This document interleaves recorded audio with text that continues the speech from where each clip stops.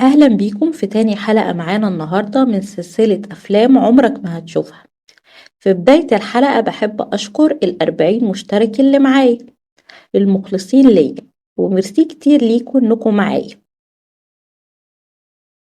وطالبة منكم طلب في الأيام الجميلة اللي احنا فيها دي، إن ياريت تدعولي بالصحة لأنها مش في أحسن حال. بس اليومين الفيلم اللي معانا النهاردة هو فيلم مزاج الليل، وهو من الأفلام اللي ما اتعملتش رفض الرقابة ليها في وقتها.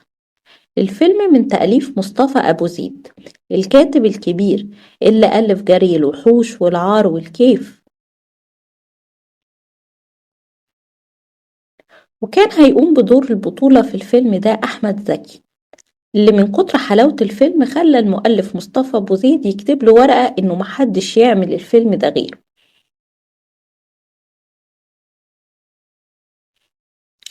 الفيلم اللي معانا النهاردة هو فيلم مزاج الليل، وقصته هنقولها زي ما اتقالت على لسان الكاتب مصطفى أبو زيد في لقائه مع الصحفي بلال فضل على موقع العربي الجديد. قصة الفيلم بتحكي عن عادل عبد الحق، شايفين دلالة الاسم؟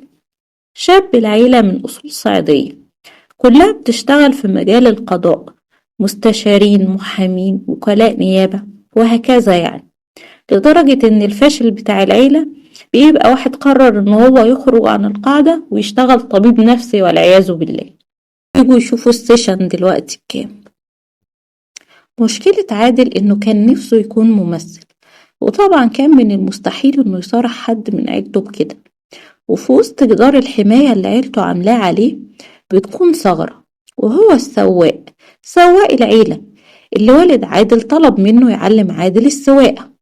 سواق العيلة ده للأسف كان مدمن خمر، وللأسف علمها لعادل، والأسوأ إن هو علمه السهر في خمارات الدرجة التالتة اللي كانت عالم جديد ومختلف عن حياته اللي ما فيهاش أي مساحة للانبساط بالبلدي كده يعني. وأدمن عادل الخمرة والعالم المختلف، وبقت حالة من دكتور جيكل ومستر هايد. الصبح هو عادل القاضي المحترم اللي اتجوز بنت عمه، ولما الساعة تدق 11 يطلع مستر هايد اللي هو كل يوم بتكون شخصية جديدة من اختراع عادل، ينقلها اسم وتاريخ وهدوم وتنكر، وينزل خمرة جديدة، وبكده يبقى أشبع إدمانه وموهبة التمثيل اللي جواه.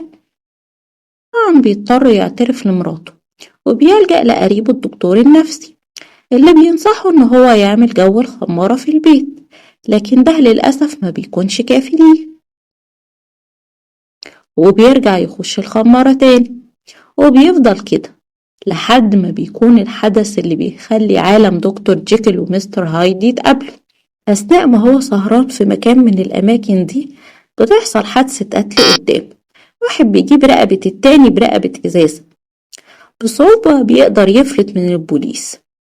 إن القضية بتيجي قدامه وفيها متهم بريء، بيحاول يطول المحاكمة على قد ما يقدر، خاصة إن هو قدامه محامي من بتوع ال3 ورقات، وعايز يلزق القضية للمتهم البريء.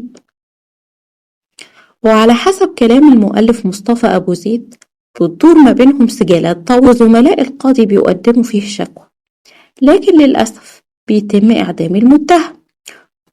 وهنا بيطلع مستر هايد بشخصية جديدة بتروح تقتل القاتل الحقيقي، وأخيرا عادل بيرتاح من الخناقة اللي جواه ويدخل السجن من غير ما يقول لحد سبب اللي عمله، ويخف من إدمان الخمر أخيرا.